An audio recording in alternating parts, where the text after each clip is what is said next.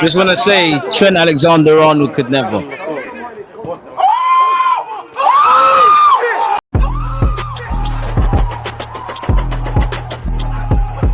You always use that active red light defending. I think it's like.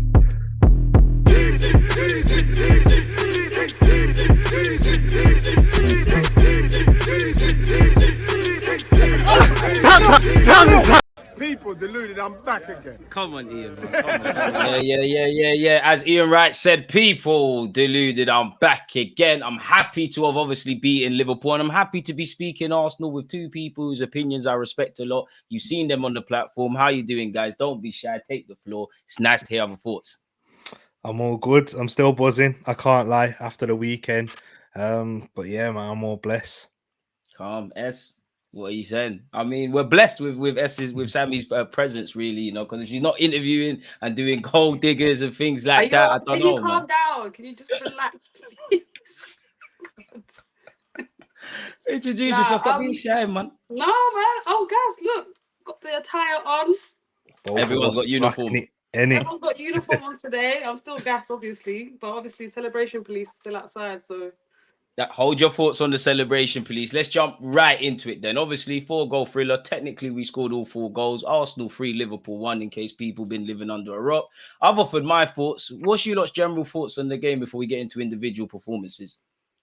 Yeah, I thought it was a dominant performance. I was delighted with it, and to come up against a team like Liverpool, top of the league, what we've seen, the level they've shown, come up against Man City, grabbed a draw in that one, and yeah, so we came up against a top side, and to dominate them like that and tactically outdo them, and apart from a 10-minute spell, what they had in the second half, that's given us a lot of confidence within the fan base, definitely within myself, because before the game, I was looking at, okay, we need to make a statement here. Like, the most important thing was don't lose the game. Stay within there, touching distance, because I know a lot of people were saying it's a must-win for Arsenal. I still felt like, yeah, you can't really lose it because there's still so much left of the season to go. But if you lose it, it's the psychological dent, and 8 points away from Liverpool, with Man City still there too, and they look like they could take over very soon. Yeah, I just thought it was a must-not-lose. So to grab a victory and have that sort of performance, wow, it's eased a lot of nerves. We've spoken. I remember last time we was on here with S as well, and when we've had Gooner on here too. He's hiding. Smith Rowe's coming back. He's hiding. He's hiding. We had big debates about Raya, you know, those players, Havertz, but those individuals, as well as Ben White, even Kivior to a certain extent, are really starting to, yeah, man, Kivior was okay coming off the bench, okay. And those guys are starting to really find their roles in the team at the moment. So yeah, it's a lot to be happy about. Yes. What's your thoughts on the game? Okay, so I just want to talk about how their midfield got ran through. Amen. Got finished. Like, our press was like, I feel like Liverpool got so suffocated that they didn't know what else to do. And Jorginho, I feel like with Jorginho's experience, he made sure that Declan, like, he got the best out of Declan in that game. And yeah, like, to my surprise, Jorginho and Basmati might have to be the double pivot that we need for the rest of the season, but that can be discussed. Their defense, yeah, considering that they're the best players of Liverpool, were actually awful. Like, Van Dijk, Alisson, even Konate, he couldn't handle Martinelli. Like, even Martinelli praise going on. Go on. You know what? I'm not having this with you. I'm not doing it. Some people try to write him off still. I did. Okay. Whoever's listening, please find the evidence where I said anything negative about Martinelli. Cool. Anyway, Konate was trying to use his power and his presence to cut Martinelli off, but he's just too fast. His pace is ridiculous. And he's tenacious as well, man. Yeah, and his output was just ridiculous. And that side, even Trent said, I need to go. Sorry, I can't do this anymore. Trent always signs out against Martinelli and Arsenal, the Emirates, man. 100%. I tap out. I'm done. And yeah, for us to capitalize on their mistakes, also a benefit, aside from the fact that we did, you know, a lot to maintain and dominate, considering after the second half, like the beginning of the second half, they started growing into the game, but as soon as that second mistake happened, they just fell off. So I've got to give credit to the team for holding on, because I think I knew we were going to win, but I didn't know what capacity. Explain that. You never know what version of Arsenal is going to turn up. Amen. Like, is it going to be the Crystal Palace set piece FC, or is it going to be we've got all the possession, but we don't know what to do with it FC? So I just didn't know which one. But at home, I knew we were going to get a result. So, yeah. We got a good record against the big six teams in this season in the Premier League. We haven't lost a game yet, and we've had some draws. So what do you lot make of that then? If we are unbeaten in the top 6 games, because me personally, I'm happy about that. I feel in the last 18 months we've been better. I actually feel since Mikel Arteta's come in, it's been more of a close, cool matches sort of thing rather than getting battered and battered. And fine margins have gone against us. And as you said, we are still undefeated, but we still failed to win at Anfield, dropping points from winning positions. We still shot ourselves in the foot against Spurs. And, you know, we did the same against Chelsea. Is this something that are we doing all right, or could we do much better? Or is it a concern? Is it something to be happy about? What do you lot make of that since you mentioned it, man? Yeah, it has to be something we're happy about, because from most of our live supporting Arsenal, us three, we've watched us get battered in seasons, and our record has been terrible PTSD against warning, folks. Exactly. Our record's been terrible against the big six sides, but we've generally picked up more points against the bottom teams outside of the big six and in the bottom half of the table. But this season, we've been dominant in a lot of these games, apart from the Chelsea one, I would say. Yeah, we was crap for about an hour, really, and we turned it on at the end. Exactly. Apart from that one, I'd say we deserved our results at the very least, if not more. Could have got more at Anfield, limited them to little opportunities, got the win against Man City, and yeah, we deserved it in the end, given the fact that we were the ones being the aggressors on the front foot. And then Tottenham, that was the most disappointing one, because I thought we should have won that one. Giving them that goal was heartbreaking in that moment, and missing big chances of our own in that game. It's something we got to be proud of, and Arteta's made us into a really competitive side and a difficult team to beat, especially at the Emirates, which is hard, which is something that we need to do. If we are to be title winners, if we are to be consistently up there, Emirates needs to become a fortress. The atmosphere is getting there. Yeah, we've had a slow start this season in terms of that, but maybe, you know, we speak about the team peaking, DG. We speak about we need to peak at the business end. Maybe we as fans need to peak in terms of our emotions to really get in there and not getting so drained like we did at the end of last season. Maybe that's all a part of the plan. We'll have to wait and see, but something we definitely need to be proud of and kick on from there. And let's hope now, because we've got some difficult end fixtures away from home. We've still got to go to Spurs. We've still got to go to Man City. We've still got to go to Old Trafford. West Ham on Sunday. That's a whole different entity in itself, man. They could burst our bubbles, really. Yeah, exactly. Nah, and then, they won't. You know, they're not doing anything. Let's save the West Ham talk, because I'm gonna ask you lot on that. But listen, may God be with us. All right, then. So what? Do you two believe we're back now? Then, you know, 3 games, maximum points. Seems like the bye worked a trick. Are we back? Are we back to our best? Have we turned a corner? And are we in the title race? I personally don't look at the league table, so I don't know what really I'm asking you lot, but I'm asking you two. Why don't you look at the table? I don't know how. Like, for some reason, any computer device I have, I can't look at the Premier League table. I don't know. I don't understand what it means to look at the Premier League table. All that matters is in August and May, man, and everything else in between is irrelevant, really. We just have to keep working hard, man. Fair enough. But looking at the table actually puts things into perspective. So where are we in the table? Like I said, I don't know. I don't know whether you're being sarcastic. He's been doing it all season. I don't know. I'm asking questions. I don't know. Are we first? Are we fourth? Are we 10th? I don't know what's going on. I take it game to game. I don't know what's going on. Like, I don't know. I mean, I don't believe you, but okay. So we're third, did it? Swear down. Yeah. Swear down. That's crazy. Well, I didn't know that. That's what DG's doing right now. I swear down, I never knew that. But yeah, man. But for us to be third, we need to see how we get to second and we have to get to first. Do you know what I mean? So how do we do that? Win games. Literally that simple, yeah? That's simple. We win games. I'm just trying to probe you for answers for people that are listening, isn't it? No, but this is the problem that we've had.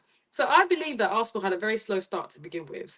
Then whatever happened with West Ham, Villa and Fulham, I don't know what happened in that section of time, yeah. But if we could erase that, that would be fantastic. Because now what it means is we have to win every single game going until the end, if we even have a chance of winning the title. That's what it means right now. We don't have room for error. We don't have room for mistakes. Like, whatever we did against Liverpool has to keep going. It can't stop. I'm with you with that. Like, obviously, we all banter aside, we can all see what City are doing. A lot of people writ them off at the start of the season. They're still up there. They're roaring. They're ticking over. Liverpool, at the end of the day, only have 2 losses this season. They're to be taken very seriously. Both of them have managers who have done it. Our manager hasn't. Their players have. Our players hasn't. So I do share with what you're saying, Sammy, in that we kind of, while I think we'll drop points, we kind of need to control the controllables we can control and take maximum points where we can. I kind of think we need to do the double over City, which is almost unheard of, and get something at the Etihad. And yeah, we just need to keep ticking over. Like, and this is the frustrating thing with me with Arsenal. I mean, I like the project Arteta is doing. I love the development our players are on. I love that sort of trajectory. But if we're looking under the guise of just winning a Premier League title, then that's kind of irrelevant. And I feel one positive but a negative is we shoot ourselves in the foot. You said it with a couple of examples there. I've said it where, you know, the Chelsea and Spurs games where we were kind of indifferent, really and truly. And I genuinely believe there's only literally been twice we've been outplayed this season, Fulham away and West Ham away in the League Cup. So it does feel like we can be our own worst enemies. Like, not to put a negative on us beating Liverpool because we won, but even the goal we've conceded, I'm not here to get at Saliba or whatever. And I know goals are conceded. Everyone probably thought we wouldn't keep a clean sheet if we were to beat Liverpool, but that needs to be eradicated. I see that as a gift and a curse. Like, we're the only ones that can stop us beyond the obvious. So I don't know if we're in a title race. I've said it in August, innit? I don't believe we can win a league title. I want to be wrong. But who knows, man? If we can, I don't know, man. It's anything from first to third, really and truly. And we haven't got much to salvage. If we can't do something in the Premier League, we're in trouble. Champions League, I don't think we can win the Prem. So Champions League, I'm even more pessimistic. But we just need to keep going. I don't want the players to feel like this. So yeah, once again, do you two feel we're in the title race? Like, and if we are, how convinced are you lot that we actually could do this? Yeah, definitely in a title race, man. And our biggest strength is our defense in terms of how we are defending out of possession. Like, to limit City. That wins titles, to be fair.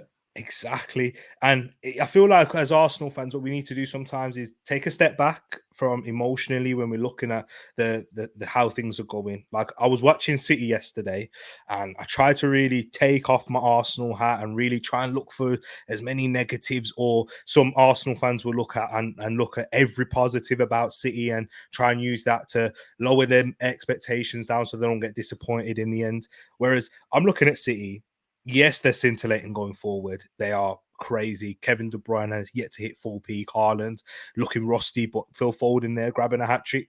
But defensively, they don't look near it. They don't really look anything even like at this point last season, and they didn't even enter their groove. What the issue was with City last year was they weren't taking their chances at this point, which is kind of like what we've been at this case now. We've not been as clinical in front of goal, but they are letting up a lot of chances. Burnley going away there, grabbing a goal, should have probably scored another in that scenario. Crystal Palace going there 2-0, like Man City were 2-0 up during 2-2. I think unheard of for them, yeah.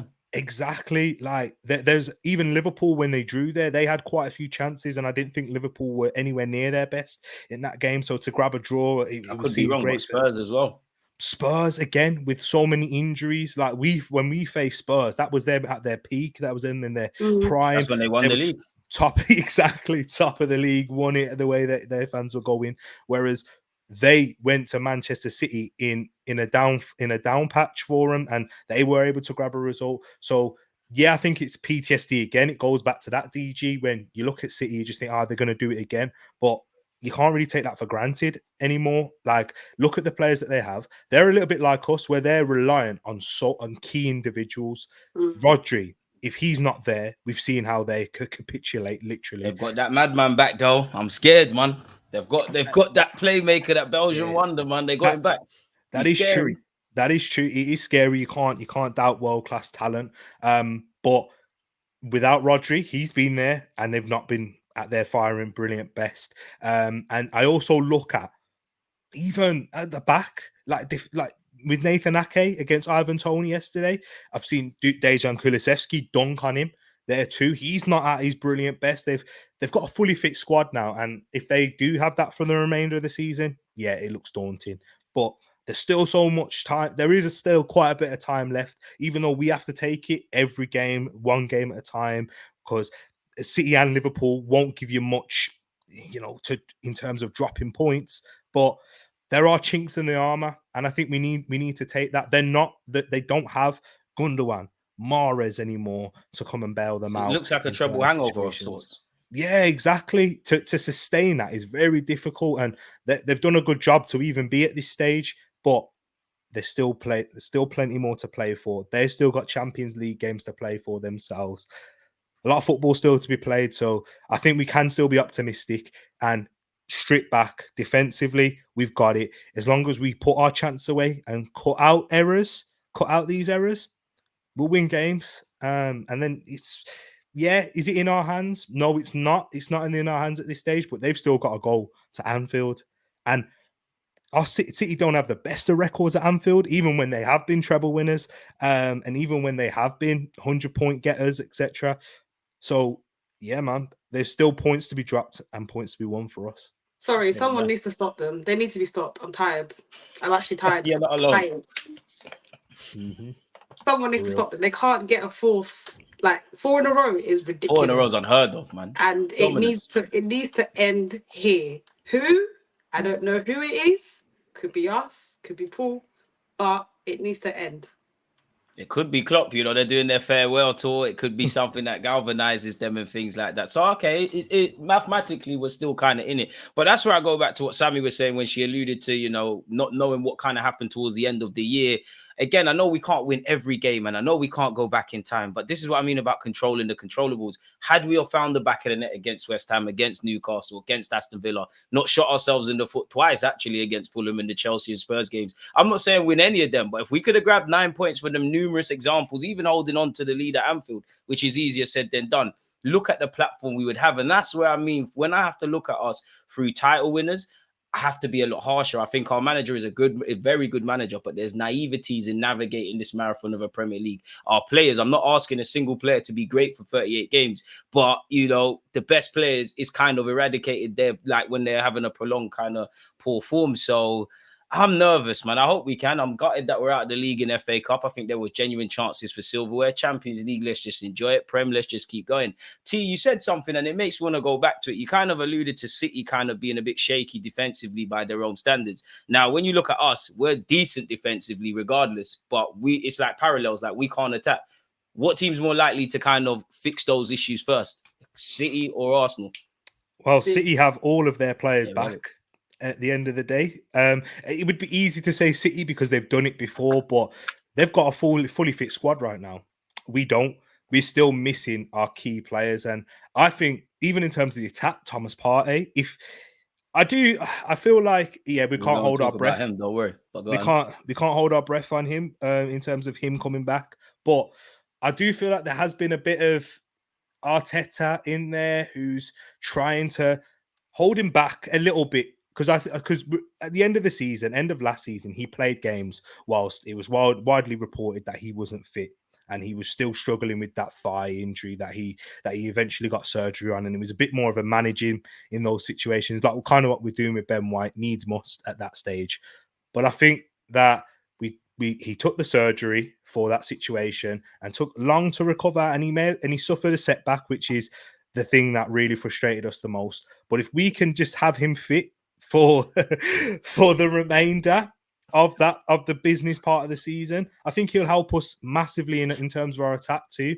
One thing that we've really improved on since the winter break is getting the ball out to Saka quicker and getting the ball out to him whilst he's not being double teamed. Ben White, fast support, overlapping him earlier. The real wingers, Martinelli and Saka, not these super subs, but go on. Exactly. So Saka and that right side in particular looking sharp. Like against Nottingham Forest, they were brilliant. I thought they looked like in the very first game we should have kept a clean sheet, if I'm honest. Exactly. Yeah, it's true. And Buki this week, but if it was Gabriel, everyone would know. Hey, for real, man. And Gabriel doesn't get his flowers enough. And that's why with me, I feel like we've still got a level to go. Man City, yeah, maybe they do, but they've got all their key players fit now, and I still think Shake defensively, Carl Walker, mine's not on the pitch. Mine's definitely not on the pitch, man. He can't keep it in his pants, can he?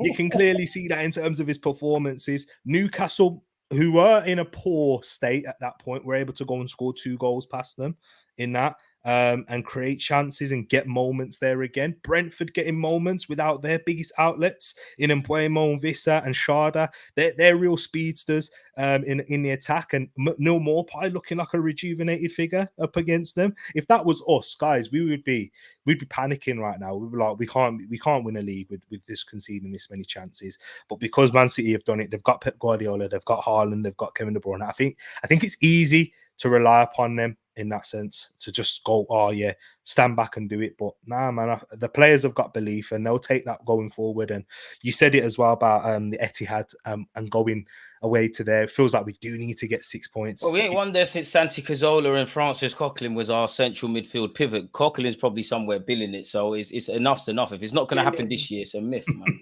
Like, come on. Like, I'm annoyed in it. Like, as much as I like my club, the end of the day, yeah, we've gone to Anfield another year and not won. Cool, we can live with that. 4 points off Liverpool. Regardless of what people say about Manchester United, and they're not in this conversation. They've got their own problems. We struggle there. We struggle at the Etihad, and there's probably some other ground. So it's not me trying to be pessimistic. It's like we've got it all to do. I love the jubilation of this Liverpool game, and hopefully it's showed our players that we can compete and we can, get back going with how we started this season. But it's a big ask, and it takes me to actually what I want to ask you lot next. I'm sure you both have seen the comments Mikel Arteta made a few weeks ago or something like that, where he said we've got one of the thinnest squads in the league. Now, I don't know about you lot, and I've got a lot of excuses to cut for Arteta, but I think that I'm not trying to hear that from you anymore, Arteta, personally. How do you lot feel about that? It's not true. We don't have the thinnest squad. If you look at the injuries that Newcastle have, we are nowhere near thin. I think in terms of like key players that are out, Timber, Partey. Who else is out? Timber, Partey, Jesus is out. Jesus gets them here and there. Zinni's had some. Jesus, yeah. I'm even. Now talk. Because I think I'm agreeing with you here, S. Okay. He's Brazilian, so I'm with him to the end. But you not going. Listen, I'm all here for Joga Benita. Yeah, fantastic. That's great. Tiki taka, all that. That's great. But you, sir, are not available. So why are you still here? I appreciate what he does for us. Like, if we keep him on the left where he should be, where he should stay as a winger, that's his position. He is a pure winger. Bring in another striker, let him do that, yeah. Bring us out and out goal scorer. Jesus in his position were good. We're Gucci, fantastic. My issue is how he is just hardly available for when we need him. Same as Partey. Why are you never available? It's harsh throwing him in there with Thomas, man. No, it's not. It's not harsh. It's harsh, man. That's harsh, man. It's not, you know. It's not. Bro, Thomas Partey and Gabriel Jesus. Yeah. Come on. They have issues, but come on. I think Thomas Partey played more than Gabriel Jesus last season, by the way. Nah, Jesus Brazilian, man. But go on, Sammy. I'm cutting you off, man. My point is, like, don't get me wrong. The talent is there. But at the same time, if you want to be respected in your club, 1, and 2, have the opportunities to take your club to the next level, be available. That's all I'm asking for. I get it. Injuries happen. I'm a physio. I know this stuff. I see it. Look, she's humbly bragging on us, man. I'm not doing that. I'm just saying, like, we're going to speak about Timber after. I see stuff like that happen all the time, and it's about how it's managed. It's not about the person. It's how the injury is managed. I don't know. Arsenal physios have been somehow for many a year. Fact. Like, many a year. Like, Fact. We already know about certain injuries that have taken, like, naturally gifted players out. So what's really happening? Because Arteta may be saying, he's got a setback because he's shook. That makes sense. I get it. You don't want to put a fragile player out there because you don't want him to come back and risk another injury. Like, for example, Olivier, another hamstring injury. Yeah, that's like his third hamstring, like, in the year. Like, what is that? But I get it. But at the same time, just be on the pitch. Like, we need hello. I agree, but then doesn't this have to be related to Mikel Arteta? You've been here enough. You know that you was a player in the Prem as well. And I'm not just making it about him. The players, I don't know what Jesus or Partey need to do. I don't know who they need to liaise with, but you lot need to control your health or whatever. But Mikel Arteta has been here before, you know, and there's some things that will always stay with me. He said, we need to be a team that can get 100 goals. I don't know. As much as I like these players, I don't know how you do that. He said, it's his job to maximize these players.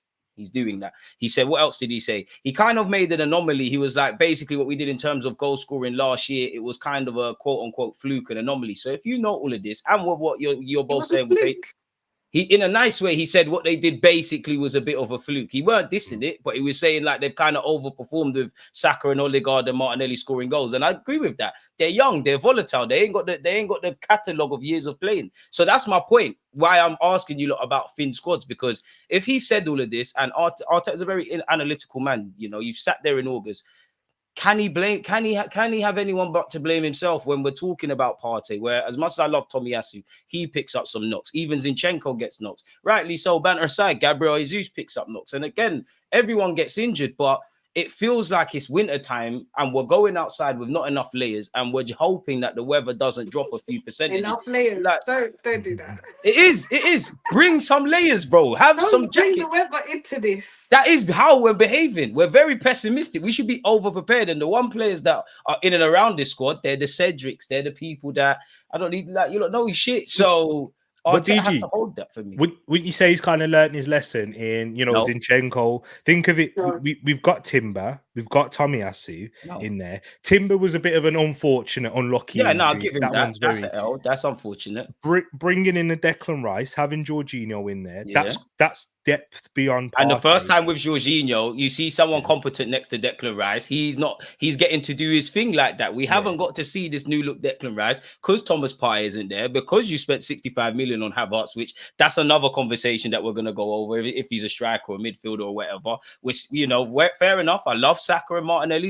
And Trossard, they're doing what they're doing now, but they were struggling. I don't know why you're doing it with them eyes, because I've always rated Trossard still. Trossard's my guy. Hold on. Whoa. I will say it again. I think Trossard is overrated. And what I mean by that is, you're my guy, Trossard. You're sick, but you're never starting ahead of Martinelli. And if Jesus plays in the left-hand flank, it's peak for you. That being said, Trossard's my guy. He's doing his thing. Mikel Arteta's gone back to doing what he did with Trossard initially. You come off the bench, you do wavy things. Let the Spartans start. Trossard, you come on when, you know, they've done what they're doing. But that's what I'm saying, you know, like with Saka and Martinelli, they're doing their thing now. It's happy days. Trossard the same. You go back a few weeks ago, had we have had that Pedro Neto or whatever, they could have been taken out a lot earlier, similar to Trossard starting against Palace and Martinelli obviously coming in. I'm not asking Mikel Arteta, to fix everything and sign everything, but it does feel like we're saying the same thing season in, season out. Like, I'm sure you lot have Arsenal talks with your brethren and whatnot, and some of your friends are probably hella optimistic about Thomas Partey. They were, he's ahead of schedule, he's going to be fit.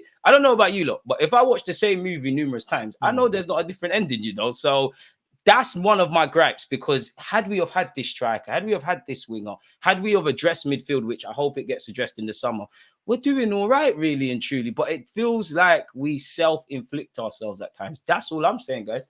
That's all I'm saying. And you lot are talking about Jesus is in the same bracket as Partey for injuries. That's scary. That's crazy. He is. He's not. He's not.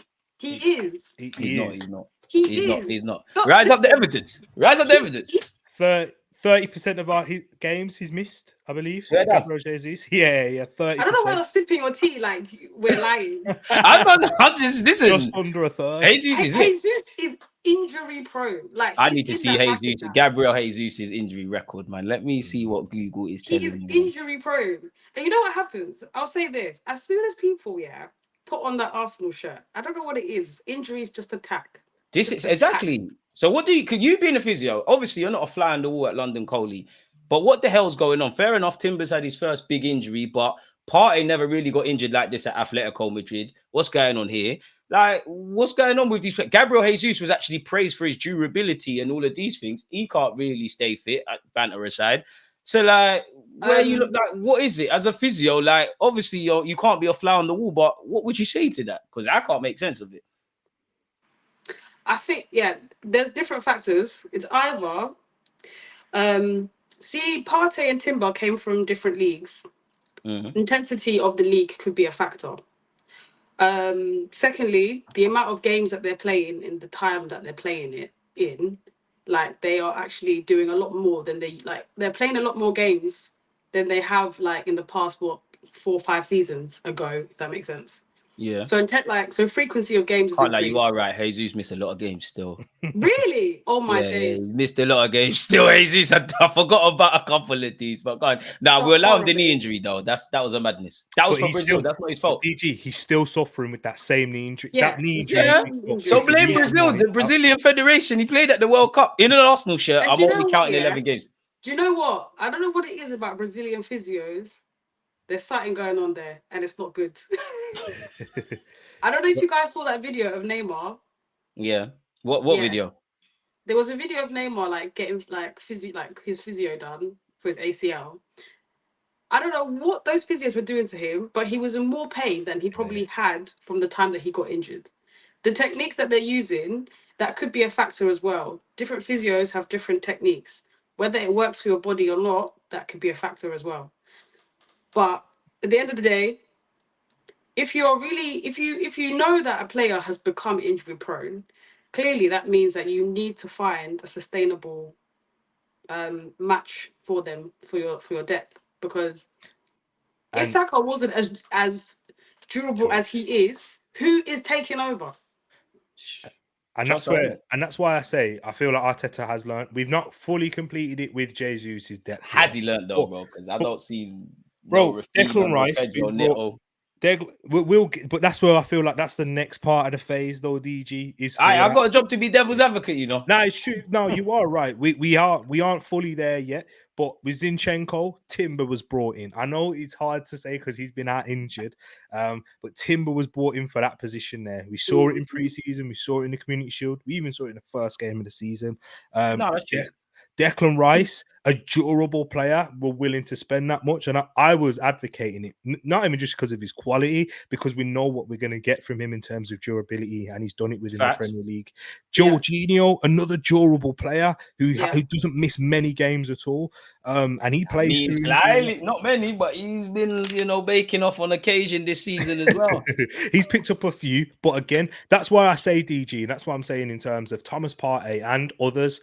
I feel like we've been a lot more cautious with them than we have in the past. I agree. Like we've seen with Thomas Partey rushing him back onto the pitch, getting him on there because of, I think pressure does that to a man. Where you seen him, you mentioned Elise-esque. The reason why he's pushing Elise back because he knows he loses his job if he doesn't have his best players out on the pitch. Same with Eze. Whereas Arteta kind of has that now because of what he's built. He kind of relieved himself a bit of that pressure. Yeah, pressure's still there, like we saw when he lost 2 games, but he's not rushing all of these players back. He's understood now. He gets it now.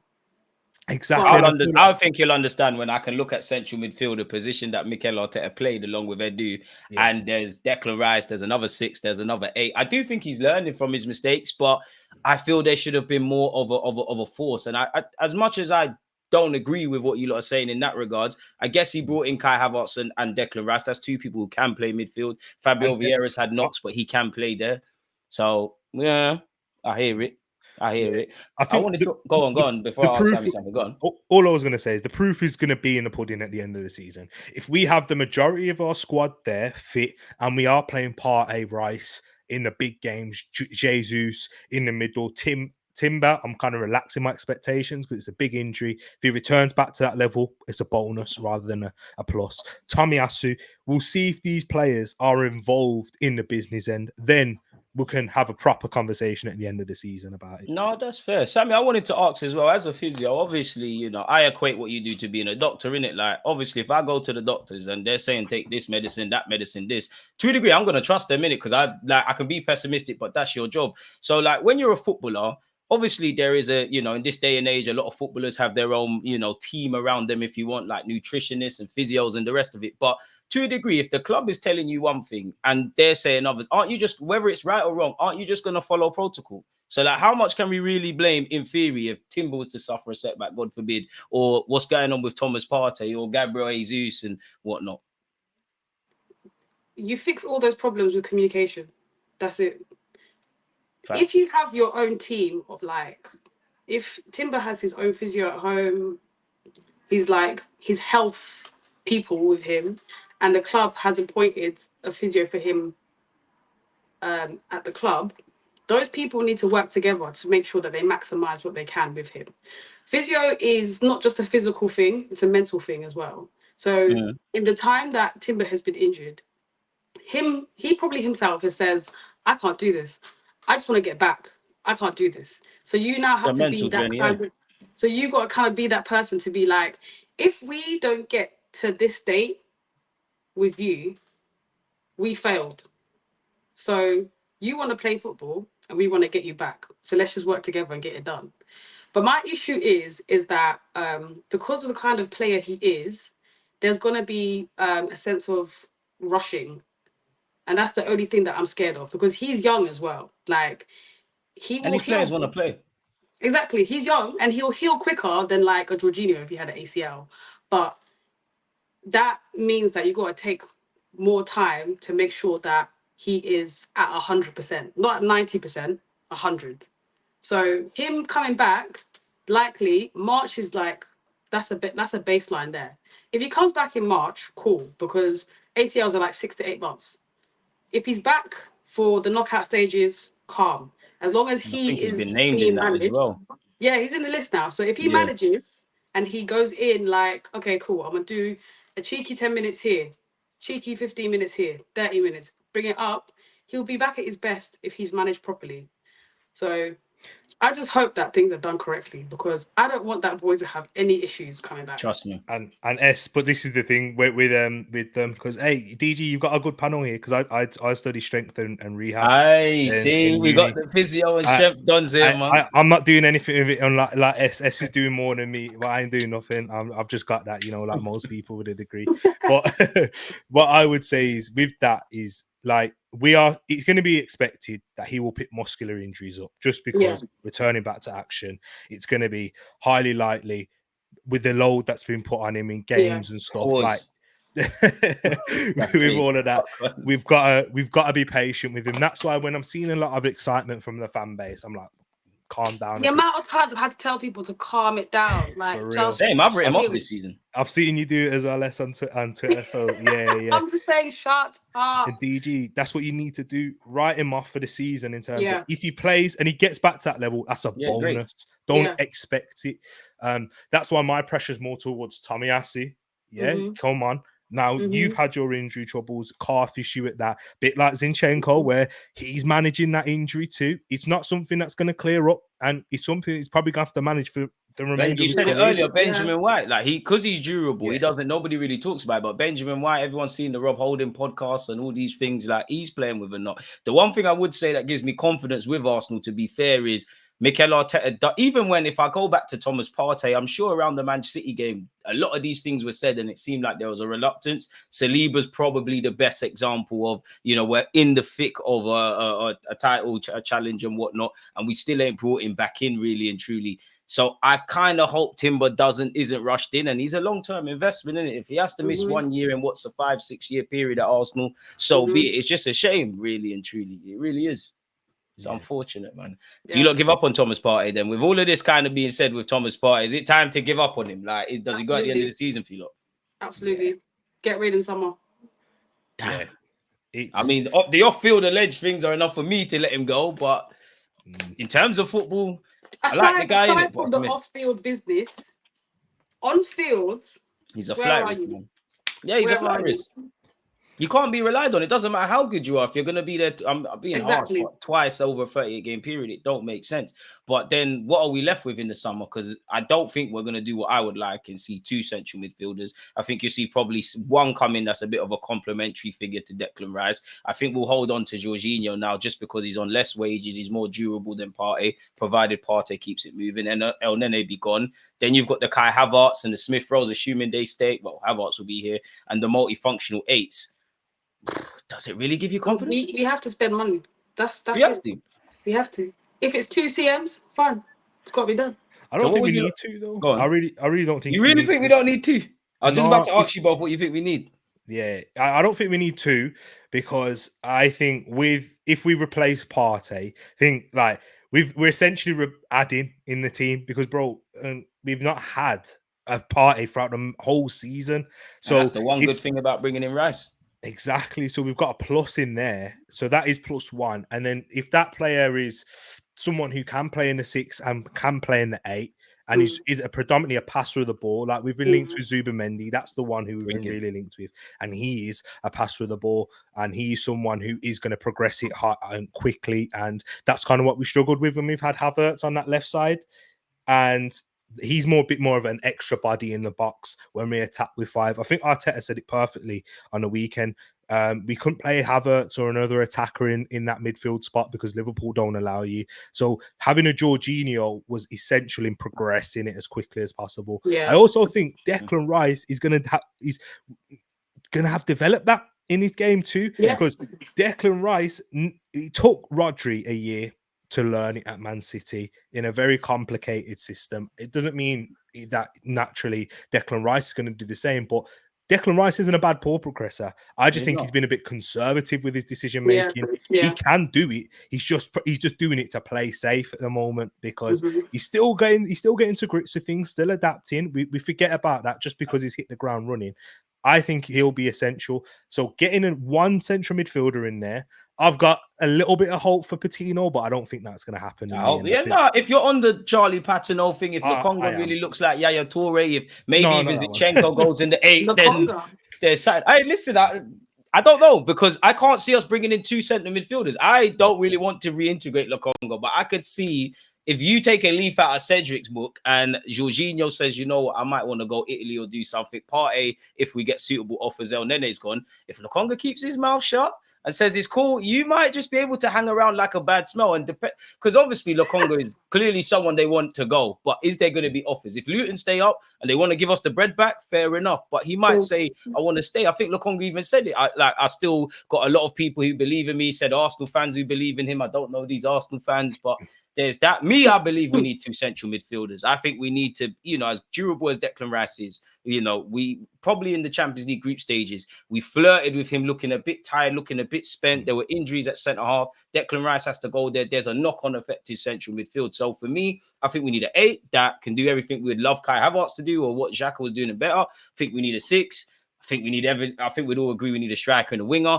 And if you could bring me one kind of Timber, Tomiyasu, versatile defender, then I'm kind of cool. We probably need to look for a keeper as well with Ramsdale. But it's interesting me hearing you say you only want one well, not one, but we only need 1 central midfielder. I'm scared, bro. If we 4 competitions, we've been dealing with injuries since August. I don't think we can maneuver with 1. I know Kai Havertz is still there, but yeah, can you just be a super sub? It'd be great, man. It'd be great. It'd be great. But then again, because I told you I got that little bit of hope for Patino, and the reason why is it looked like it was Patino was leaving in the summer just gone. That's what it looked like. That the decision was made that he was going to go, but he managed to stay, and we sent him out on loan with 2 years remaining on his contract. So he's going to need one in the summer, or Smith, bro. Really, conversations got to have to start now, man. So how Arsenal been operating DG and S, that doesn't make sense. Arsenal, 2 years, you either tied up or we're selling, or we're getting rid of you. Where especially with a player like Charlie Patino, I feel like value as well, yeah. Exactly. I feel like that there is a pathway back into the team. Even if it's not to come in as a starter, he might get 1,000 minutes next year. That 1,000 minutes could be essential. Look at Liverpool. I think Liverpool have done it perfectly. Conor Bradley, Kwanzaa, how they've came in and how they've been able to even take Curtis Jones a few years before them, just in and about. Exactly. And he's established himself as a first teamer. Liverpool fans were talking about Curtis Jones like he was a bomb, like last year, until he really turned up. So after they played us at Anfield. But I just feel like, there is going to be room for maneuver. And then Arsenal, again, DG, I know I might be looking too far ahead with Miles Lewis, Skelly and Nwaneri. But if you're bringing in another midfielder, that that's shutting off the pathway even more for them. This is the problem for all clubs, bro. It's like you've got to be competitive immediately and then bring through young players. And I think even with young Ethan as well, you know, he can play in a number of roles, but it was quite interesting. I think he spoke on Arsenal.com actually. He said, I prefer to play as an 8 or a 10 now. Evidently, these are congested areas. So it is very difficult finding that pathway for the Paternos, the Skellies, He can the play Ethans. the 8 instead of Havertz. Huh? He can play the 8 instead of Havertz. You'd play Ethan right now instead of I will Havertz. allow that. You'd play him or Miles instead of Havertz right now. Yeah. Nah, come on, man. Listen, I'd rather see them, Sammy. I'd rather see them, but it's you're never ready as a young player. But I think we need to let them slow cook, like Arteta said. That's fine. They can slow cook. They can. That's fine. Put them in the microwave. That's fine. But my point is that for me, I just want something to happen that I want a whole 90-minute game of us just playing in like fluid, sexy football. Do you know what I mean? Just one game where I don't see stupid errors. Just one game. That's it. I don't think we're going to see that game anytime soon. That may not happen. That's fine. But the thing is with young ballers, they just love getting involved. They love it. And they're all for it. Even though they can be a bit relentless, a bit reckless sometimes, they just go for it. Sometimes, I think I'd throw Ethan in before Miles right now, actually. You know, Miles can be a bit wasteful at times. Yeah, Ethan for sure. Ethan before Miles for sure. He looks like, in terms of intelligence and game intelligence, he looks like further. And he's one of the only dons that can say they've made a Prem debut under Mikel Arteta from Haaland as well, man. It's true. It is true. But to expect that from this season, I think it's too early. Like, they would have got minutes already. Yeah. I'm being optimistic. I don't like Havertz, so. You know what? Let's speak about Havertz then. Like, obviously, like, I'm not Havertz's biggest fan. I didn't advocate for his signing. I do think he's underwhelmed. Well, where am I at with underwhelmed? If I didn't rate him before and he's doing exactly what I expected, then that's fine. And I do think at times this season, he's actually been scapegoated. And while the bar's on the floor, he's done okay. Where you look at now with Kai Havertz, and I'm sure Chelsea fans have had this debate, but it just feels like he looks more at home as an 8 in Arteta's mind, because that's probably where he started. But more of his standout games or moments are as a false 9. So it's like, is it now time to look at Havertz as a striker, or is he just this because of his presence? Because of his presence. I'm asking the questions. I'm not saying this. I'm just asking the questions. I want you lot's thoughts. I'm also asking the question because of his presence, because of aura. What? No, for me with Havertz, in a 9, you're not the 9 for me, because I don't care if you're a false 9, an out-and-out target man, a fox in a box. I need you to look convincing in front of goal. But I do think, again, the bar is on the floor, and I don't really want to praise a professional footballer for working hard or being involved, but I do think he gives you all of that, especially in a Liverpool game. Like, I do think Havertz could have been man of the match to a degree. Of course, there's many a name before him, but I can kind of hear that. But that being said, for me, where I want Arsenal to go, unless Havertz looks like a Schweinsteiger or anyone that was good as a German footballer, you're just a super sub rotation option. We just bite the bullet with the 65 million stuff. I can't really see light at the end of the tunnel beyond a certain point with Havertz. That's just me, man. Havertz is our Swiss Army knife in terms of how we want to use him in certain games. Isn't it? In terms of whatever the occasion and whatever game it is we're going to play, or whatever opponent we're facing, he's going to be used for that. He's not a first name on the team sheet in these types of games, but he's definitely a nuisance. Like, I watched Bournemouth versus Liverpool. Dominic Solanke, one of the highest rated strikers in the Premier League this season, and someone who I rate highly. But I saw him up against Konate and Van Dijk. He didn't do nothing. Physically out dominated. He couldn't control the ball, couldn't trap it in those situations. Konate ruffled his feathers. And then you literally see we're talking about what Havertz is doing as a low bar, but against Konate and doing what he did in that situation. Look at his involvement for the first goal, Kai Havertz. I'm not going to lie. Exactly. His movement. Go watch the game again. Go watch my tactical analysis video. If I even still got the screenshots, oh my, you might be in trouble. The movement. You might be in trouble.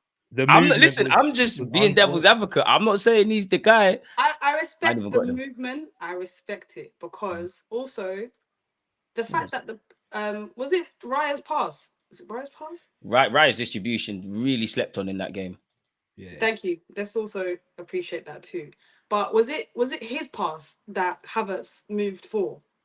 What, the first goal? No, it was Odegaard. No, it was Odegaard's. Odegaard split the defense. But go and look at again. Watch the goal again. I ain't got the Dropping screenshot. I've watched Go the and look at goal Havertz. many a time. I don't want to praise him for doing the minimum, but he was praising wavy. him for moving. Fantastic. That's great. But he's intelligent at all of that. I have to give that to him. Pause. That's why he's not a striker. Yeah, he caught life. He did catch life. That's Saka why he's spared his blushes. That is why he's not a striker for me. Is because in those situations, in them big games, and you're running through 1v1, you have to take it. But you have to score if you're going to be selfish. In that, for him to recognize before, like, I wish I had the screenshot, DG, because before Odegaard even receives that pass, he's moving into that space. He knew exactly that is what Havertz gives you. Going, and that's what Jesus don't do. I love Jesus, but he doesn't recognize those spaces in behind there. Because specifically to get into goal scoring positions or in general? To get into goal scoring positions. Ah, yeah, cool. That's what he doesn't do. I thought Jesus was being slandered incorrectly here. No, definitely not. I love Jesus, and I backed that as well for the whole season. About my injuries, that's why I'm with S. I'm just as frustrated with Jesus as I am with Partey. But with that, with that, yeah, I just thought that he was very big games. He stood up the most. Community Shields, he should have scored in that one there too. Gave John Stones and Ruben Dias like the tests that he's had when he's played City in that at the Emirates position. As well. Got the assist for that one there too, and it's all come from a long ball. I want Ivan Toney because Chelsea as well. I want Ivan Toney because he will win those and he can score goals. But Havertz is giving me the bare minimum in terms of us keeping off. Havertz is the best way to describe it. He is a floor raiser, not a ceiling raiser.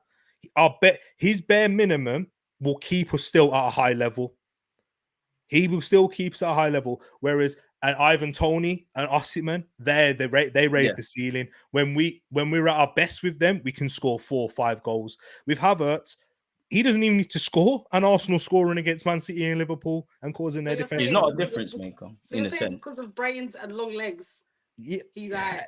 Konate got sent off because of Havertz. And Havertz is street smart. He does press well. He does foul and all of them. As I said, I don't really want to praise a player for this, but these are attributes other people can do. Long-legged, presence, builds human. Yes. Listen, I think all of us don't rate Havertz to that point, but like he does have some good qualities. You know what? I get it. I hear it. Yeah. And yeah, that's what I get. Yeah. I think it's a political one because at the end of the day, Mikel Arteta spent 65 million on him, so you need to know how he's going to tie into the team and stuff like that. So I don't think he's gone anywhere time soon. I think one of my issues with Arsenal, when we get away from, the Jorginhos, the El Nenes, the Parteys, the bit part players, and we look at Declan Rice, there's a lot of guys who can play in a bunch of roles, but Declan Rice is the only ever present that's a central midfielder. Go on, Sammy. Question. So if we do get a Victor or Ivan, where's Havertz? Where does he go? The bench, man. Rotation. There's a lot of games to be played, isn't it? You could do your thing. You might even play centre mid sometimes. Like you're part of the squad, man. Until you show better, you're a squad guy, isn't it? 65 million for a squad guy is very crazy, but we're at. It's not too. I'm seeing Jack Grealish on the bench. So he doesn't even play behind. He can in certain games, not in when you're playing Liverpool, Man City. When it's a fight is when I would draw for Havertz. Really, the Newcastle's away, the chess match that was Liverpool.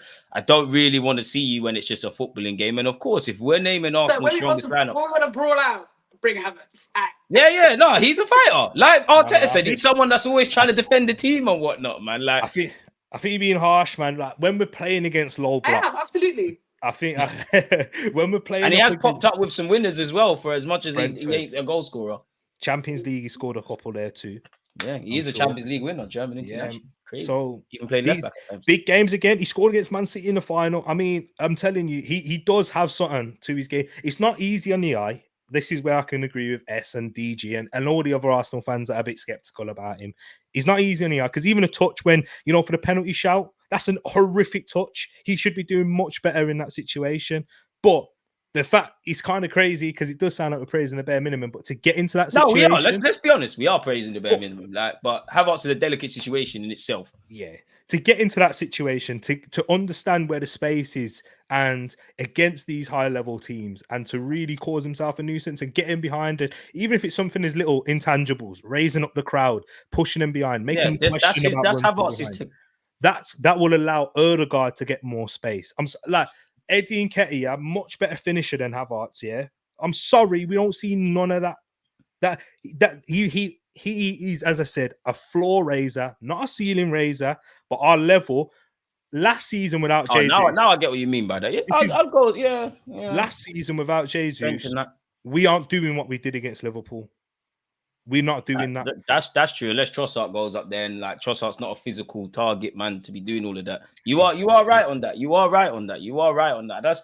I just accept Havertz for what he is. He's a utility man. I am praising you for the bare minimum a footballer with, in theory, on your CV should have. But we're at where we're at with him, man. Like, if I'm honest, I want to see Fabio Vieira back, which I think has gone under the radar when we talk about injuries and stuff. And that's what I mean by Mikel Arteta, to go back to what we said, in that we know that we ain't got the finances of other clubs. And I do think the signings that have worked to those who haven't worked has been a lot better. But if we're looking at about winning Premier League titles, we need a bit more. When you look at 20-odd million on Lokonga, 30-odd on Fabio Vieira, 65 million on Kai Havertz, my maths is terrible. But that's 100-odd million quid that might have got you Douglas Luiz, that might have got you Rafinha or Neto or even Mudryk at a point. I'm not saying that any of these guys would have worked out, because hindsight's a wonderful thing. It's just resources could have been better deployed. It feels like we have a couple of players that can play everywhere. And don't get twisted, you need multifunctional players. But what are they really? And I can't answer it. So I'm asking you, like, what is Kai Havertz? Is he a striker? Is he a 10? Is he a left-sided 8? What is Kai Havertz? And that's what I can't answer. Don't ask me. Don't say he's a mascot. It's hard. Okay, the best way to say it, in terms of Manchester United had Jason Park for all of their big games. This is sounding dangerous, Jason Park, he was a key player for them and played a lot of big games and had certain roles. He didn't play up front. Yeah. I can see where it's going, but I'm praying for team, man. I'm praying. Keep going. I'm praying, man. He's brought in for certain situations and certain games. I think that's what Kai Havertz will be in the long term for Arsenal. He's not going to be starting every week in, week out. He's going to be brought in for certain games, certain substitute appearances, and that's exactly what we're going to need him for. Defensively, he's very good. Like, can we? He always passes back. Yeah. No, he is. No, he puts in a shift. He makes fouls. He gives us height. Yeah. These are things that, again, aerial threat, great. Yeah. If I'm praising him for this, the bar is on the floor, and the casting net for recruitment and people that could do that is higher. But we're at where we're at with Havertz, and that's genuinely what I see. I see that as someone that is clearly fairly intelligent, makes intelligent movements, and all the others, but ain't a difference maker. Like Kai Havertz, again, a year from now, I might say sorry for everything I've said, but in the same way Declan Rice came in, Timber in a way, even Raya to a degree, I can see what you're bringing. If you're not raising it, you're putting little paprika on our meal. Kai Havertz ain't really doing that. And for me, Kai Havertz is an expensive project when we've got numerous of them. We need to turn Jesus into a goal scorer. We need to take Saka and Martinelli to the next level. And there's plenty of examples throughout the whole team, if I'm completely honest with you lot. So it's a weird one. I did ask my subscribers to ask me some questions to ask to you lot, yeah, and they're coming up. We've got a couple things to go through before I let you lot get out of it. But we can't speak about what we're speaking about, and simply put, would you lot make of the celebration police? I've got nothing more to say on it. Like, I've done the videos and that. In fact, it's crazy, really. Can't celebrate victory. When you got nothing good to say, when you got nothing bad to say about Arsenal in terms of what we're doing on the pitch, you always find other ways. That's all it is. It does feel like the narrative was there, the script was written in terms of if Arsenal lose this game or don't win, they will talk about everything that happened on the pitch, the lack of desire, the lack of cohesion, missing all these chances. They like to talk about that when things go bad. But when things go good, dominated this Liverpool team, who limited them to one shot on target, which is the lowest that they've ever had. Ever. Yeah. And they want to talk about celebrations against this Jurgen Klopp team. A team that's been spanking us as well. Exactly. Second best team in the country. They just want to give as much media time as possible to this farewell tour that Klopp is giving. That's all it is. Yeah. I don't think it's an Arsenal hating thing, but go on. No, it's also Arsenal hating. But the more that they hate us, they have to find other ways to hate us. Like celebration. They've been yapping about us celebrating for like 2 seasons now. It's getting boring. It's actually getting boring. But they bring it up again against Liverpool. Why? I wish I had I wish I had an answer because Jurgen Klopp, and I'm not knocking it because this is what Klopp was about. He's been doing it against West Brom. Pitch against Everton, hugging This is it. Alisson. Klopp's been doing it from when they had Saka and them kind of players in and around their team. So I don't understand it really and truly. It feels like there's one rule for others and the next rule for us. But as George Graham used to say, like, we're Arsenal, we need to be dealing with being hated. And as Odegaard said, if you can't celebrate, when can you? And even when they're getting at our photographer, that man has been part of this thing for 30 years. We all know football is a family thing. And it's not just the players, it's everyone in and around that you're sharing these moments with. Why? What on God's green earth is wrong with that? If another person, I'm going to be honest, if an English manager, if an English captain did that at an English club, they will say that's a proper captain, that's a proper club. I'm not making it about all of that stuff, but it's not making sense to me. And it's to be honest, fuck celebration police, innit? What can I say? You got a problem, shove it. Like I can't add to it. Exactly. If Declan Rice did it, it's a different story at the end of the day because they're not going to do that because of agents. They know him personally, blah, blah, blah. Exactly. All of that. So it is what it is. And I don't mind it, DG, because this is the Arsenal I grew up on. This is Arsenal hated in the media, always spoken about. They hated Wenger. Why are you bringing this foreign manager in? Who's bringing all these foreign players? Weren't we the first team to ever play a non-British 11? Or a non-English 11, maybe even close to a full black 11 as well, or X amount of players. Like we're a club of the people, regardless of your race, religion, and background. And we've been doing that. And as you said, and both of you actually, it's just they've got to find new ways to hate. I do think when you look at the media, it's like if somebody says a lie enough times, the vast majority of people are going to believe. If I say enough times on GMTV, the sky is purple, you're actually a fucking idiot if you believe that. But some people are actually going to take that in. So it's absolute nonsense. Would you lot give Arteta a new deal? Yes, I'll let you go first. Go on. Okay. Now let's see. Now it's getting interesting. Right. Okay. He's got one more season with me. That's me. So if it's a new deal for what? I don't know what, 2 years, 3-year deal? Yeah, it'd have to be. That's fine. But in that time, we have got to win something substantial. I don't care if it's CL, PL, something. If he doesn't win anything in the next 2 seasons, I'm sorry, Would an FA Cup suffice? No. We have 14 of them. I'm tired. Yeah, we need 15, but no, we don't need 15. We need 1 CL. Do you know what I mean? Like, we need some sort of European pedigree at this point. That's true. And the thing is, though, I feel like Arteta, like, it's this team, that he's built, I don't think that it will ever happen again with somebody else. And with what he has and what he's built, he's got to achieve something. Do you know what I mean? It can't be FA Cups and Community Shields. It's got to be English Super Cup. Okay. Yeah. It's got to be something. Like, otherwise, the talent that we've got, it will walk away. Yeah, the Salibas, well, Saka will probably be the last, and Declan Rice as well. But yeah, the Salibas, the Martinellis, the Gabriels, the people that have no real allegiance to Arsenal Football Club, regardless of the pictures they grew up with wearing Arsenal kits. It's the job at the end of the day, innit? You could be at the best company in the world. If the industry trailblazer wants you and you could learn a lot and earn more and all of that stuff, you're going to keep it moving. It's a difficult one where Arteta is concerned, man, because I do think now the conversation, it's a thing where it's one love for the rebuild. Now it's moving towards winning a title. And I think it is a delicate one where there is no right and wrong, really. I do think Arteta will get a new deal. I probably would give him one. But at the same time, if someone could present me with someone that is likened to Arteta, that can take this project to another level, that is a bit more street smart and ultimately a more better manager, right now, as much as I like Arteta, keep it moving. In the same way, if there was someone twice as good as Saka, this is the life, innit? I support Arsenal. I don't necessarily support these guys to a certain point. So it's a techie one. Nah, I support Saka FC, sorry. I love Saka, but I support my club, innit? Like, Saka's going to cut one day. Where he goes, I go, sorry. Listen, I thought that went on releft, man. My heart's gone cold, man. This is it. Oh, yeah. I agree with you, DG. I 100% give him a contract. And the reason being, it's not because he's achieved like amazing things off the pitch. He deserves it in that sense. No, it's the direction that we're currently, isn't it? Exactly. It's having highly that sought after as well. Barcelona links won't go away. Exactly. So if you give him a new contract and he starts poorly or has a poor half of the season next, you can still sack him. You can still get rid of him in that sense if it doesn't look like it's going in the right direction. If you don't give him a new contract, even in terms of recruitment, he's been a massive factor in terms of recruitment for us. Declan All Rice, the players wax all the lyrical. players, exactly, in terms of Using being his in the 5-day same path room. to lotion them, man. It's crazy. You need to have a clear direction in terms of I heard it, man. He's so like, don't listen to this guy. You I'm have to silly, have a man. clear direction in terms of I'm your silly, like man. Don't ignore me, T, man. strategy. Go on, man. I can't, man. It's too funny.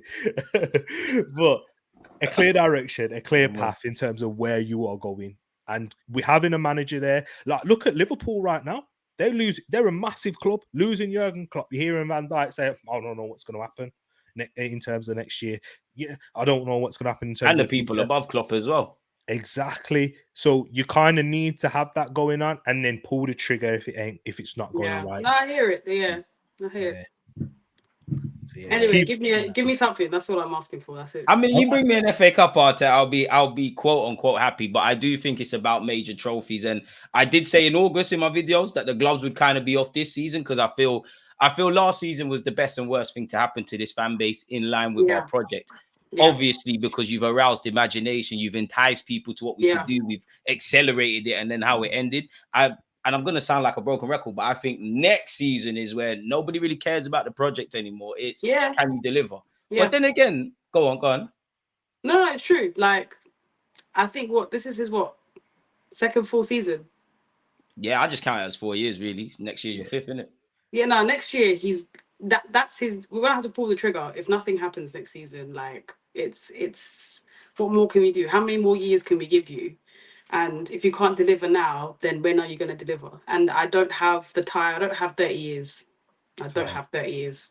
I'm not taking a walking stick to the Emirates to wait for a title. And then you also have to look at what's happening with Man City. They've been going through a bit of a transition anyway, but they're going to go past the Kevin De Bruyne. They're going to have to look beyond. They're doing it effortlessly. Like, it's like how they do it. Every time I see Fab bring up news about a City player coming from like the streets of Brazil, how do you find these people? That's taken years of stability, though. That's been taken. They've all sang from the same hymn sheet in all aspects of that football club and giving Pep everything. That's taken a lot. That's taken a long time for them to get there, and a lot of money. However you may think how that's been generated and that, but they have taken a lot to get there, and we are still I know it's not early in terms of that, but compared to City, they've got years on us in terms of that. So we have done a lot of catching up. Light years, actually, if we're honest, light years. Man. Yeah, we've had a lot of catching up to do. The fact that we are at the table now, now that's good. That's why I think DG's right. Last year kind of raised our expectations to a level which is like really at the top and really at the peak of it. Whereas, are we quite ready for our team in terms of the project? And that's when, when you guys were speaking about earlier that we haven't covered in every position. I think it's been almost impossible to do that in one summer window and get a £100 million striker, someone that's going to be at that level, 100%. To get another winger who's going to be at a £50 to £60 million level and really complete everywhere in our squad. Whereas it feels like we're going to be close to that at the end of this season. But yeah, I'm glad that we've maintained in here and let's sustain that. And that in terms of keep the belief up within the fan base. Yes, there's going to be people saying, well, you haven't won us that. That's fine. That's the standards that we want to get to at Arsenal. I think Arteta wants us to be like that. In fact, in terms of we need to win something now, because that's when the players will feel that, and that's the environment we've created at Arsenal, thanks to Arteta, and also, thanks to a lot of the players that we're praising right now. So if we keep him next summer, I'm sure we've already got plans in motion in going in for that in terms of what strikers we're going to look at, what wingers, what midfielders. Then there we go, full steam ahead. Man City are going to have to replace Kevin De Bruyne.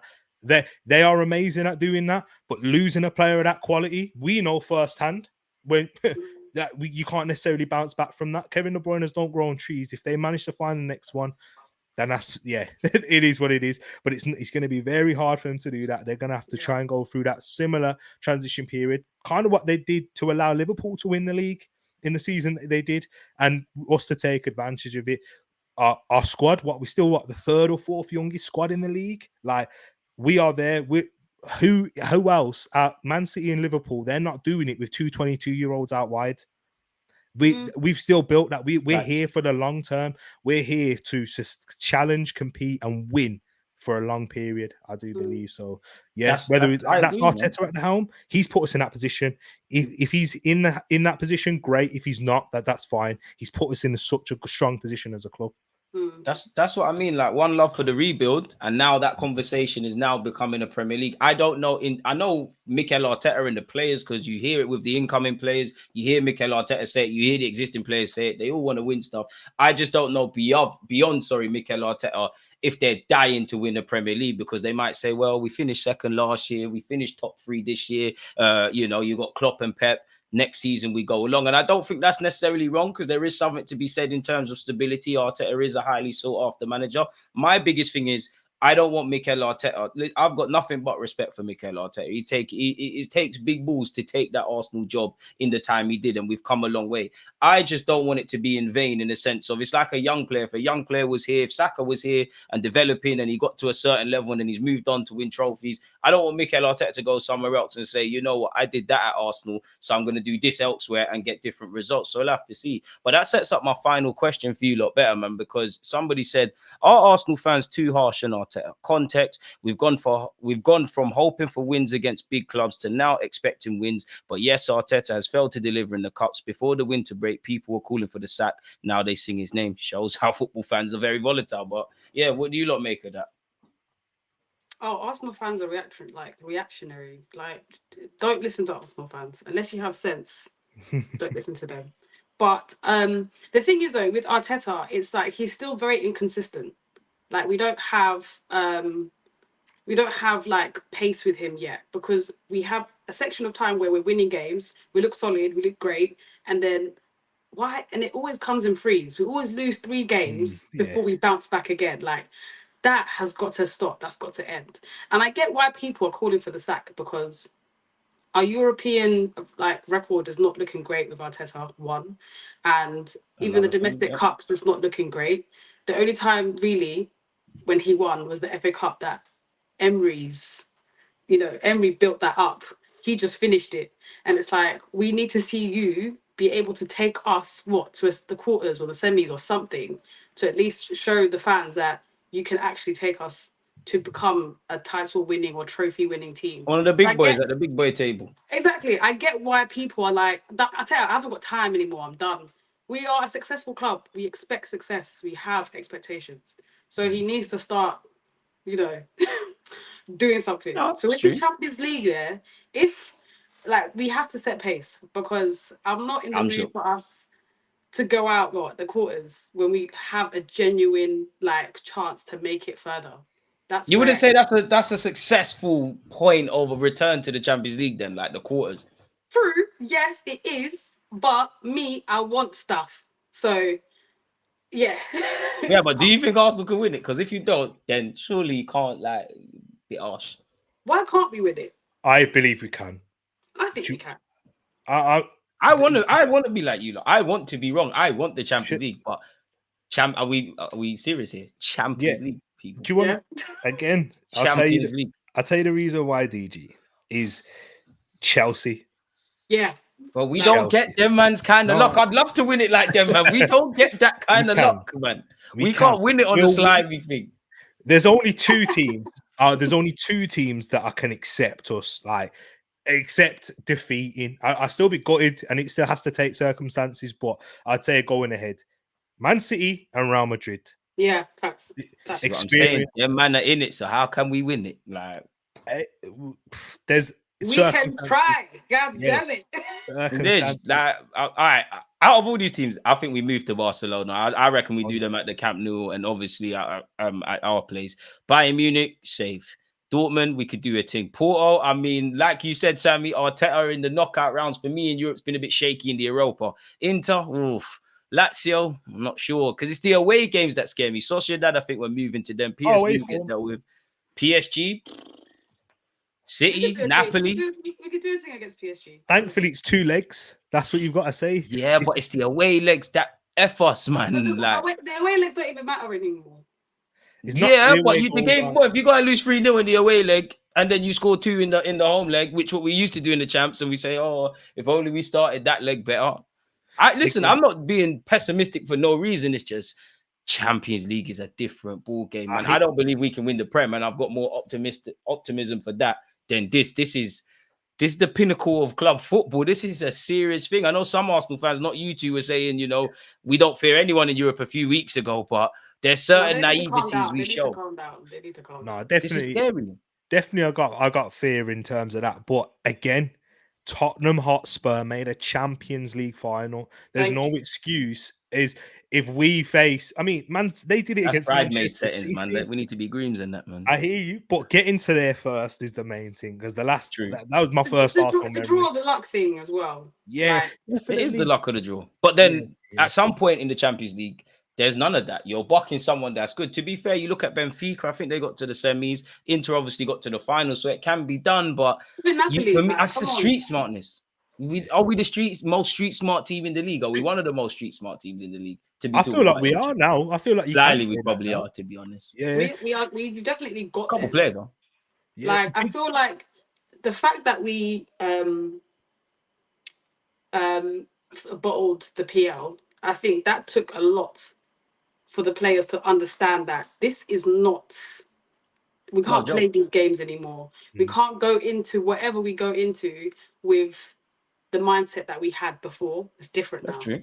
We're working with different attitudes now. Yeah. Like, even Saka's becoming a villain, man. He's becoming a villain. Like, I'm awake. We're all awake now.